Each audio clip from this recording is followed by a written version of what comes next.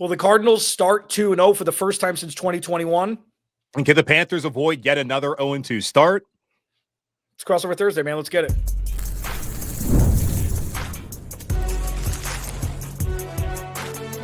You are Locked On NFL Crossover, part of the Locked On Podcast Network. Your team every day. Thursday, week 2, Alex Clancy, Locked On Cardinals, Julian Council, Locked On Panthers. Thank you for making Crossover Thursday your first listen. Every day, if this is your first listen to Locked On Cardinals, Locked On Panthers, Crossover Thursday, whatever it is, thank you. It's going to be a really fun show. There's a couple teams here that have question marks still, and the season's early. Everybody needs to chill the hell out. Nobody needs to freak out yet. And Julie and I will be here to explain just why. Today's episode of Crossover Thursday is brought to you by Prize Picks. Download the Prize Picks app today. Use code LOCKEDONNFL to get $50 in lineups after you play your first $5 lineup. We're going to hit keys to victory for both teams in the final segment. We're going to discuss the most important matchups in the second, but the biggest storylines reign supreme first. Julian. Not the best showing from the Carolina Panthers week 1. Okay? No. Talk to me about what it's like going on in Carolina. Fans, players, most importantly, just give me a little insight into what the experience is there right now. Yeah, well, the fan perspective, there's a lot of panic after what they saw in week 1. And like I talked about this with my audience saying it's just week 1, but it's also not just week 1 because the same issues that they had last year reared its ugly head once again on Sunday. Like Bryce Young turned the football over, getting nothing in the passing game, the inability to stop the run. 7 straight games, Alex, they have given up 200 plus yards on the ground. Yeah. That goes all the way back to the meeting against the Cardinals back in December that they won in overtime. So that's why people are freaking out. I was just in the locker room on Wednesday afternoon. The players, they're cool. It's only one game. They know they're better than what they've showed. And they're also just talking about the process and sticking to that. So yeah, not much panic in the locker room, but there was certainly some shock from those guys as they did not expect what happened on Sunday in Jacksonville to happen. Yeah. I saw that from afar. Okay. I'm a Travis Etienne fantasy football guy. I saw it from afar, what was going on in Jacksonville. And the only thing I can think of is, you're never excited to play the Panthers if you're the Cardinals because of the history, and you kind of throw things out the window. Week 1 is really the only game of the preseason. I always say the season starts in week 2, and when people were freaking out with the Cardinals when they only won by a touchdown against the Spencer Rattler-led Saints team last week, they looked clunky at times. They looked, just not on the same page at times. I'm like, yeah, they haven't played for a month. Like, everybody chill out. This is kind of the real barometer check week 2. Luckily, the Cardinals play at home. The biggest storyline for me going into the game is, can the Cardinals make it 8? Can the Cardinals just take advantage of their strength, which seems to be the Carolina Panthers' weakness going into week 2 with the 3-headed monster now, James Conner, Trey Benson, who had a career game last week, and Kyler Murray, who seems to now start to run the ball again with this new evolved offense that Drew Petzing's calling. That's the biggest storyline for me is, can the Cardinals do what they're supposed to be able to do in a time where they absolutely need to do it to move to 2-0? Yeah, and the good thing for Arizona is that they won last week, and that's the thing. Like when you lose and you have the issues that Carolina had and that Arizona had last week, then like you start to press the panic button. But when you win and you don't play to your best ability, it's like, okay, we didn't play great, but we can go back to the drawing board and correct that, and also know that we're 1-0. So like that's a positive when you look at the Cardinals' perspective of things. And like a lot of Panther fans are upset about Dave Canales not playing the starters a lot in the preseason. He played them 1 series a year ago. They got 4 series this year and did not play in the 3rd preseason game. So they believe that's why Carolina did not come out and play well week 1. I don't know if there's truly a correlation, because I know the Rams don't ever play in the preseason. They went out and won week 1 and did not look great either, but not a lot of teams did. Other than Buffalo and also Baltimore offensively, might I add, not defensively. Like, did any team really look like they were clicking on all cylinders? I guess the Jets offense looked pretty good, Pittsburgh's offense, but there's question about those defense. So yeah, we'll see, man. But like, yeah, some of the run's gonna be a big thing. We'll talk more about that from the Panther side of things for matchups. I just know for me, when looking at just the big storylines, it's like Bryce Young. Can he go out there and can he bounce back? Because we did not see the consistency that a lot of people were hoping to see carry over from last year to this season in week one. Success rate 33.3. That was only better than Russell Wilson and Cam Ward, who was making his first start in the NFL last week and has no help down there in Tennessee.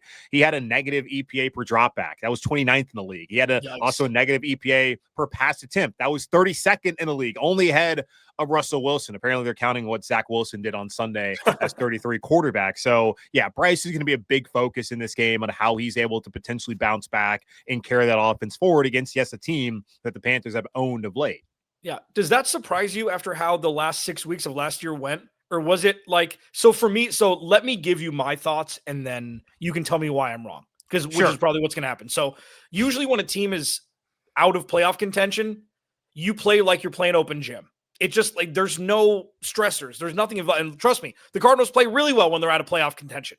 It's like Bryce Young kind of had a coming out party for the last handful of games. He was rated super highly. He had a bunch of rushing touchdowns against the Cardinals. They put up 36 points in overtime.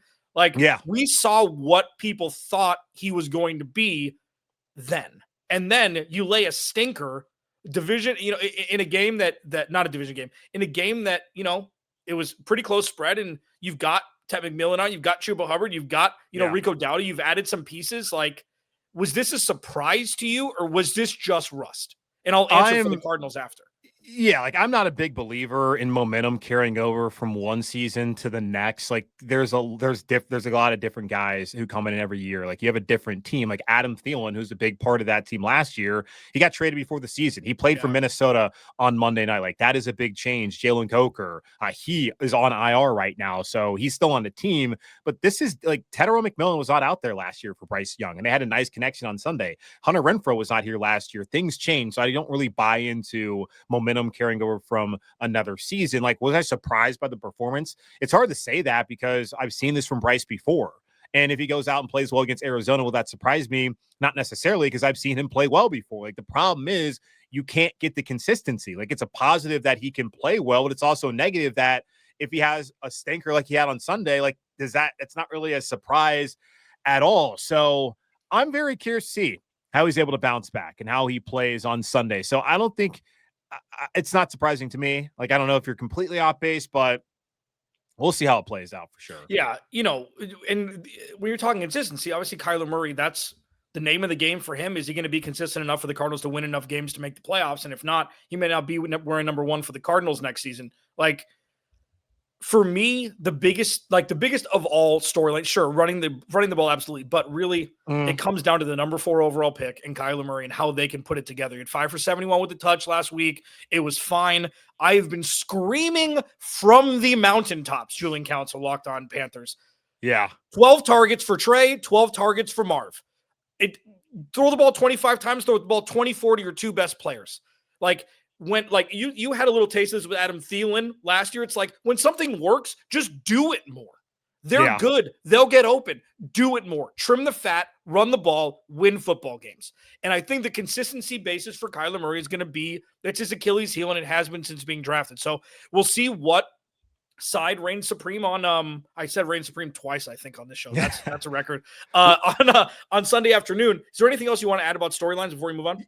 Yeah, just one last thing that everyone's monitoring here is Ike Ekwonu, the left tackle for the Panthers. He did not play last week, had an appendectomy a couple of weeks ago. It's been about 2.5 weeks now. He was limited at practice on Wednesday. Dave Canales did tell us on Monday that he expected Ike to be back out there. Now, they're in pads on Thursday, so that will be a better day to see how he's moving forward. So it does look like he's going to play on Sunday. If he doesn't, it'd be Yosh Nijman starting for him, and he was the lowest graded of the offensive linemen on Sunday. He gave up 6 of their 12 pressures. So not ideal if they had to call upon him yet again. Even though they only gave up 1 sack all game, not a ton of pressure, but he didn't really play that great. So Ike Ekwonu, that's the one thing I'm looking out for as far as just availability for Sunday.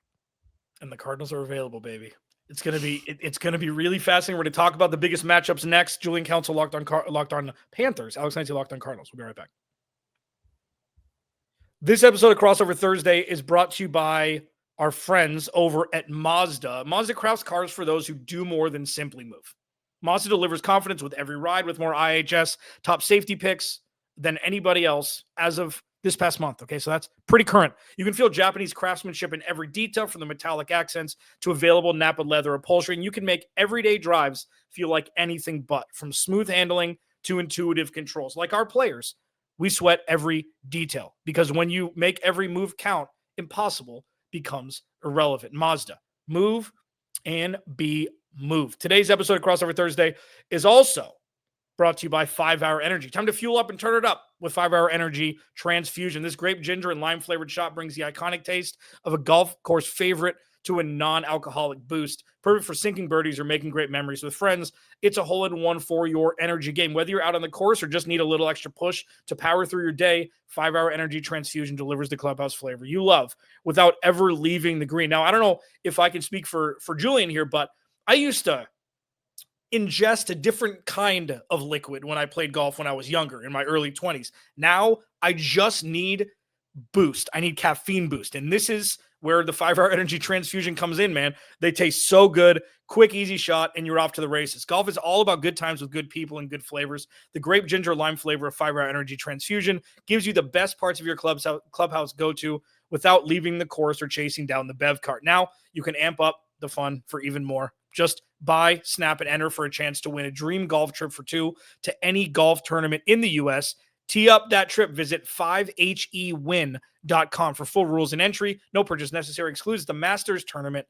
Ends October 31st, 2025. All right. Crossover Thursday, week 2. Jules, I don't know if you remember this, but I tell people early on, appreciate football. We're already one down. Yeah. We only got 17 weeks to go, man. This is Christmas every week. Do not take this for granted. Well, that's the thing. Because, like, and I get why Panther fan, like any fan gets mad when their team loses, but I try to remind people, because it happens all the time where, like, especially here recently, where the team will get off to a terrible start. People will be like, I'm done with this. When's the draft? It's like, damn, y'all, you spend all off season wishing you had football, then it's here. And yeah, your team's not playing well, but we only get 17 guaranteed Sundays of this. And sometimes you get to play on Saturday. Sometimes you get to play on Monday, even on Thursday. God forbid you play on like a Wednesday because of the holidays, but be happy. I know it's hard. I know it's hard to have perspective, but we only get so many of these days, and it's just week 1, now week 2. Let's all breathe and be happy. And of course, hope for the best. Champagne problems, baby. Hug your family, watch football, enjoy football, and hope your team wins. I mean, that's it. So most important matchups for me, I alluded to it early. It's this Arizona Cardinals 3-headed rush attack against the Carolina Panthers front. And I guess defense altogether. And the reason why this is so much more potent and imperative this year as opposed to last year is Trey Benson is on schedule. An absolute demon from Florida State 2 years ago. The Cardinals nabbed him at the top of the 3rd round with one of their 4 third-round picks.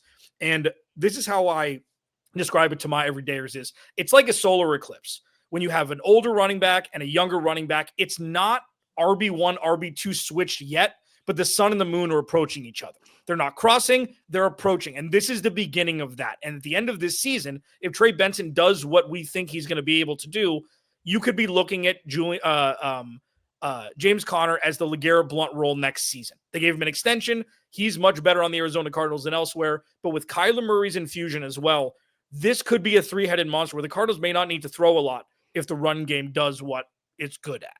Yeah, start playing a triple option, maybe a little wishbone if you need to. Yeah, like that's the matchup I'm looking at as well. And I mean, I loved Trey Benson back when he was at Florida State. And I look back at that team that got snubbed, like him. Keon Coleman was awesome on Sunday night. What Jared Verse and Braden Fisk did last year. Damn, can't believe a team full of NFL players wasn't even given the opportunity, but we'll move on to this game. But Turk Wharton, he's out for this week, and that was a big free agent acquisition for Carolina coming over from Kansas City during the offseason. He's out 2 to 4 weeks of a hamstring, so that's going to be a point of contention as far as looking at the run defense. It's going to be a guy like Cam Jackson, the 5th rounder from Florida, having to step up. Same thing with Jaden Crumedy, a 6th round pick from Mississippi State a year ago, who didn't make the team initially, I believe. Well, I think maybe he initially made the roster, then he was cut, but then he's been signed back from the practice squad to the active roster last Saturday. So those 2 young guys are going to have to step up and help out Derek Brown, who is a monster and is now back healthy and played pretty well on Sunday. But overall, like, the unit has to be so much better. It's not just the defensive line. And like, I had people asking, it's like, why couldn't this team be able to stop the run with these new guys who came in? It's like, well, it's not just Derek Brown and Bobby Brown III and Turk Wharton and Ashawn Robinson. It's also the guys behind them. Like, the linebacker play has to be better. And Trevin Wallace, the second-year player out of Kentucky, had a rough day. Christian Roseboom overall was fine, but you have to have guys in the secondary also make tackles. And Nick Scott has been someone who a lot of fans have questioned, why is he still starting at safety? The Panthers gave up a 71-yard rush on Sunday. That was a big turning point in that game. And Scott had an opportunity to make that a 12-yard gain. Instead, he whiffs on the tackle. It goes 59 more yards, and you can't have situations like that. So it's not just the defensive front. It's also the guys at linebacker, on the edge, in the secondary, stepping up and filling those gaps and doing their jobs as well. Like, I was talking to Christian Roseboom in the locker room today, the Panthers linebacker, and he was talking about they felt like the process was right, that they were in position. They just did not make the play. So if the process is right, that's a good step, but finish it off by actually making the play. So we'll see if they can do that, as again, it's been 7 straight games where they have not been able to hold opponents below 200 yards rushing. And that includes last December when they gave up 206 against Arizona. And I will say, once James Conner went down with that, I think, knee injury in the second half, Arizona couldn't really run the ball. But hearing about Trey Benson and, of course, Kyler Murray's still there, that does concern me if Carolina can't get their act together and actually finish all plays on Sunday. Yeah. I mean, what else for you? What's a matchup you're looking at? Yeah. The Panthers linebackers, as far as just in the pass game versus Trey McBride, I looked at last week.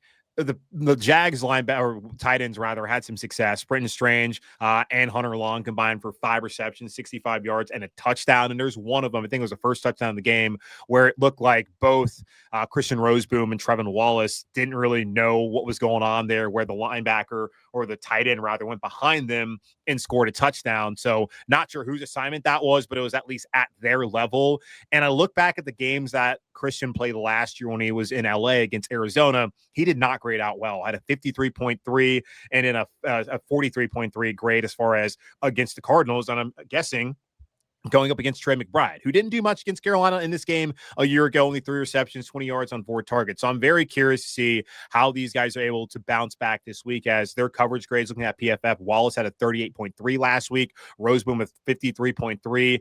I'm sure that Arizona offensively is going to be hunting for this matchup to get McBride, who was a kind of a revelation for y'all offensively last year, to have an opportunity to have a breakout day after having a strong week 1. So that's one I'm definitely looking at as well. Yeah, and then, you know, for me, it's Marv and Kyler, as I talk about the biggest storylines. It's not even like the matchups this week.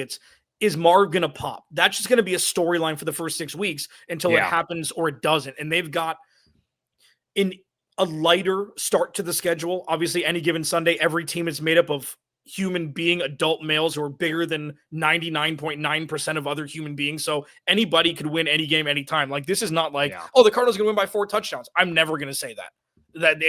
I think it's a fool's errand. With that said, the Cardinals do have some leverage points, and Trey McBride is one of them. Drew Petzing and Kyler Murray have figured out one thing above all else: scheming Trey McBride open. He's always open. He's Devontae Adams in Green Bay, always open. And that's why he had so many targets, so many receptions last year. And it's going to be an integral part. But the most important matchup for me on the other side is this new front 7. Can it get home? Baron Browning 1 sack last week against Spencer Rattler and the Saints. Can they get home? Josh Sweat was in the backfield a lot. Jordan Birch, a 3rd-round pick out of Oregon, was in the backfield a lot. Can they get home? Can Nick Rallis scheme up some exotic blitz packages to get Bryce Young frazzled? And I know that one of his best qualities, at least from where I see, is his ability to be fluid outside of the pocket. What he does after that is, I guess, to be determined, but the dude knows his size like Kyler. He knows when to take his run opportunities, but if you can flush him and get him on the run and allow this young DB core to try and replicate what they did last week, it could be a long day for Carolina. Yeah, and you're right. Like, one of the things that he does thrive at doing a lot of times, Bryce, is playing out like the off-platform kind of stuff and out of structure, where he's able to make some plays. And had some guys not make plays for him last week. Xavier Legette had an inexcusable one where he just did not get his feet down in bounds, and it was very easy. Could have done that. JT Sanders had a drop. Now, I thought that was a pretty tough catch to make anyways, but it gets categorized as a drop. But Bryce was able to make some pretty big plays with his legs, had 5 rushes or really 5 scrambles for 40 yards. So he's somebody, if Arizona's not able to stay disciplined in their rush lanes, he's somebody who can get out on the outside and go out there, pick 8, 10, maybe even 20 yards if available. And he did that plenty last year, has done that pretty consistently in his career. So we'll see how they're able to do. And especially with Josh Sweat, like he was obviously great in that Super Bowl for Philadelphia back in February, and him coming over and teaming back up with Jonathan Gannon made a ton of sense for Arizona in the offseason. If Ike Ekwonu does not play in this game, and even if he does, because it will be his first game of the season, and he has been susceptible at times of getting beat, much like any tackle in the league, that could be a matchup that Arizona maybe potentially wins, and that's another one to look at in this game. So, yeah, keeping Bryce upright, very important for Carolina. Getting them frazzled, obviously very important for Arizona from their perspective. In my 9 seasons, this is my 9th season hosting this show, I've never actually felt real confidence in this team until this year. Truly. And I'm not knocking anybody. I'm not knocking anything, anybody. I have a moratorium on my channel. I cannot mention the name of the past general manager before Monty Osborne ever again. So, I've never felt more confident, and I don't know why it feels weird, but we're going to talk about keys to victory next. Julian Council locked on Panthers. Alex Clancy locked on Cardinals crossover Thursday. This episode of Crossover Thursday is brought to you by FanDuel. NFL season is here, man. FanDuel is making sure you're ready for the kickoff with a can't miss offer. I need you to listen to this. New customers right now can bet just $5, and if your bet wins, you'll get $300 in bonus bets to use across the app. New customers bet $5. If your bet wins, you get $300 in bonus bets. That's a lot of cheese, man. So, say you want to take a future out on Ted McMillan winning Offensive Rookie of the Year. Say you want to take a future out on Kyler Murray winning MVP, or Jonathan Gannon winning Coach of the Year, or you want to do a little single game parlay with just the Panthers and the Cardinals on Sunday and just hammer the overs of all the Cardinals rush numbers. I'm not saying to do that. I'm just saying that from this conversation, that is, hypothetically what one could do. So are you ready to play? Download the FanDuel app by visiting FanDuel.com to get started. That's FanDuel.com to place your first $5 bet. Keys to victory.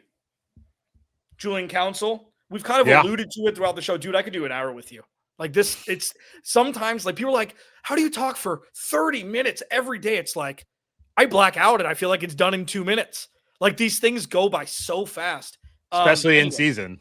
Especially in season. That's maybe what it is. It's like we've been grinding our tires so much this offseason with content that now when there is new stuff to do, it's even easier. What's one of your keys to victory going into Sunday visiting State Farm Stadium and the Arizona Cardinals? My key really is the desperation, man. You got to be desperate. I think a lot of times, I don't know if you ever watch hockey. I'm not a big hockey guy, quite honestly, but I did cover the Stanley Cup playoffs a couple of times back when I was in Nashville. Mm-hmm. And those guys would always talk about during the playoffs, just desperation. The desperate team is a team that goes out there and wins that period or wins that game, carrying over series to series. And I look at Carolina, in the position that they're in right now, they need to show desperation. I know those guys talk about, okay, it's week 1, we'll process all of that. History shows that if you start off 0-2, you don't dig your way out of a hole. And for Carolina, especially, if you're going to be a team that a lot of people were hoping could take another step this season, I never had playoff expectations for them, but could you get to 7-8 wins if you're going to get there? Last week was one of those games that you needed. And then this week, certainly, is a game that you need. You can't just start off 0-2, and I know it's on the road, so those games are technically not the games you're supposed to win. You're going to be an underdog like they are again this week, looking over at FanDuel, but I think that they need to be a desperate team and that they need to bring a different attitude than we have seen. And in recent years, when they have played Arizona, you had the Cam Newton game where everything felt completely different. Looking at last year, there's a lot of hope in what that team could be. And they were coming off of a really disappointing performance against Dallas, and they came back and bounced back and played an Arizona team that needed to win that game to stay alive for the division title out there in the NFC West. So that's the Carolina team I want to see on Sunday. The same team that came out with some desperation, even if it didn't matter to them late last season, whether they won games or not. They were just playing to their standard. So like, that's the key to me, is having like that desperate intention and mentality in this game, where if you lose, like, it's tough. Because I'm looking at the stat. Since the playoffs expanded in 2020, 41 franchises have started the season off 0-2. Only 5 have made the playoffs. That's crazy. Cincinnati in 2022. I don't see Joe Burrow here. Nope. Houston in 2023.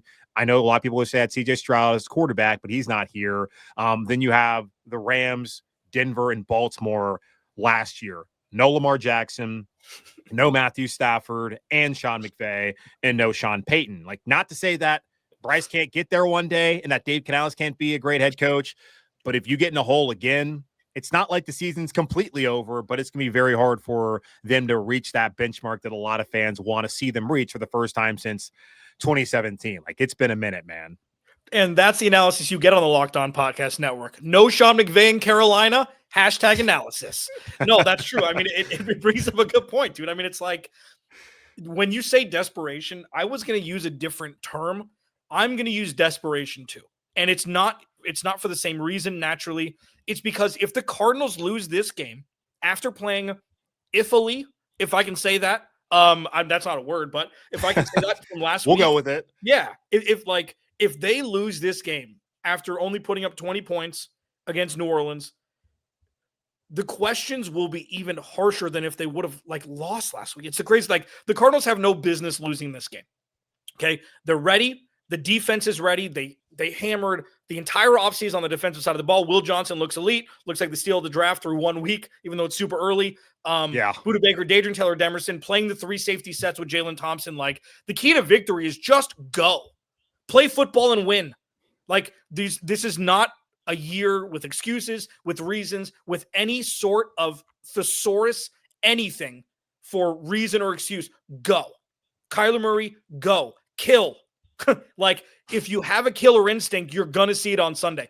If you tell me the Cardinals win 30-3, I'd be like, for the first time in forever, be like, oh, I could actually rationally explain how they got there. Wow. But if they win 10-6, I couldn't figure it out. If they lose, I couldn't figure it out. And that's not me being too close. That's not me not giving Carolina a shot. The Cardinals have concretely and factually done things to strengthen their floor and raise their floor talent-wise. They just got to go beat a team they're supposed to beat. And, I mean, you could argue, I guess looking at it, 7 out of the last 8 have been won by Carolina, including back in December, the 36-30 OT win where, I mean, Carolina really was on the ropes and they were able to come back in that game and get it done. Like, you go back through the recent matchups, 2015, that was the first of these 7 out of 8. Like, everyone expected Carolina to go out there and do what they did. I don't know if anyone expected them to blow Arizona out the water like they did on that Sunday afternoon in Charlotte on the way to the Super Bowl, but that happened. But there's other games, like when Kyle Allen came in and had to be the starter after Cam Newton got hurt and was actually done for the rest of the season. Like, he went out and had a 3-touchdown day. And then last year, the vibes they were better, but it wasn't like they were great after what happened, losing to Cooper Rush in Dallas, who sacked Bryce Young, I think, 5 or 6 times that game, but they came out and they were able to win that game. It seems like and then the Cam game, the vibes were good because Cam was back, but he wasn't the starting quarterback that day. It was PJ Walker. So it seems like every time when Carolina's kind of down and out and there's real questions about where they're headed, Arizona is that nice elixir to get them a W and to be right back to feeling good about themselves. Hey, maybe this franchise can do something this season and beyond. And I think that's a possibility on Sunday. I expect them to play a lot better than they did last week, but to me, I told everybody who listens to the show and watches it, I got to see it, man. I got to see it with this team. I see plenty of reasons why they should be improved, but I need to see it. And looking back at Sunday against Jacksonville, and that's a big reason why I'm kind of in wait and see mode about what the Carolina Panthers are going to be this year. Wasn't it 2019 with Teddy Bridgewater? Was it Teddy then? 19 was Kyle Allen. It would have been 2020 with Bridgewater. Maybe that's what it was. It was the home. I think they played Bridgewater. They played Carolina on the road that year without Budda Baker and lost, and Teddy Bridgewater had an all-pro day. I don't know what the hell it is. It's the Cardinals with Detroit. It's the Cardinals when Detroit was bad. and it's the Cardinals with Carolina. I don't know what it is, and that's the great equalizer. We got history, man, and it's not good for the Cardinals by any stretch of the imagination, any deliverable, starting in 2015 and then up until last year where they knocked the Cardinals out of playoff contention anyways. Julian, this has been awesome. Tell people where they can find you if they want to watch more content before the game tomorrow. Yeah, well, same place you can find you over on YouTube at Locked On Panthers, where I guess they find you on Locked On Cardinals, but over on YouTube and wherever you listen to your favorite podcast. And if you want to follow me on social, you can do that at Julian Council over on Twitter, X, if you want to call it that, and over on Blue Sky as well. So always appreciate visiting fans at checking out whatever, or I guess other fan bases checking out the podcast. So yeah, fun times, and we'll see how Sunday goes. Always, it's nice. We have this every single year, it feels like. I don't know how it is. Like, I know they're both in the NFC, but how is it that Arizona and Carolina always play every season? Probably because they always finish like last or third, and they have no choice but to play each other every season. Like, it is inevitable that Carolina and Arizona are going to meet up again next season. So see you next year. Hell yeah, man. And for me, at Clancy's Corner on Twitter. Yeah, we'll talk to you on our respective podcast tomorrow. Locked On Crossover Thursday.